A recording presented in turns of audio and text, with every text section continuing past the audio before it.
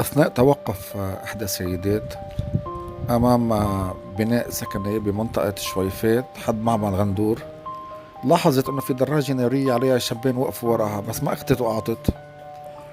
نزلت السيدة عم تقضي غرض، فإذ بالراكب يلي موجود ورا السائق صار يمشي حول السيارة ويراقب شو في داخل السيارة، إذ لاحظ إنه في جزدان موجود بالمقعد الخلفي حد سيدة أخرى غير السائق.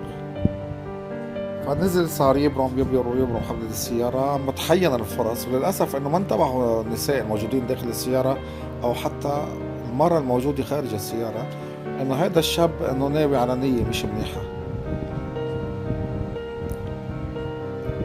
مثل ما بتشوفوا هون بيقرب على شباك بصير بيطلع على جوا وبتحين الفرصة لحد قرر مد ايده اخذ من حد السائق الجزدين وهرب على الدراجة. السائقة نزلت من السيارة حاولت تلحقه مشي ما لحقت، رجعت تلعب بالسيارة بس بهيك أوضاع والنساء بيتلبكوا ما بيقعدوا بيعرفوا شو بدهم يعملوا، جربوا يلحقوه بس للأسف دراجة نارية عليها شابين كانوا أسرع منهم وهربوا.